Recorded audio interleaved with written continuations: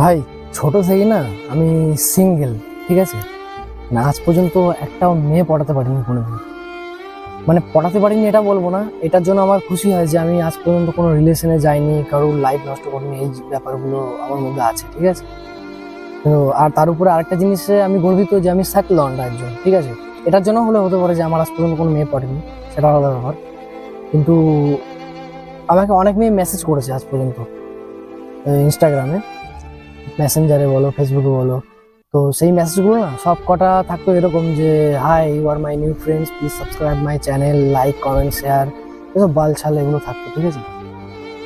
তো মিনিমাম আগের সপ্তাহে, 1 থেকে 1.5 সপ্তাহের কথা, আগের কথা বলছি, একটা মেয়ে আমাকে মেসেজ করা হঠাৎ, ঠিক আছে, মেসেঞ্জারে। তো আমার দেখে ভালো লাগলো, মেয়েটার ফটো দেখলাম প্রোফাইলে গিয়ে।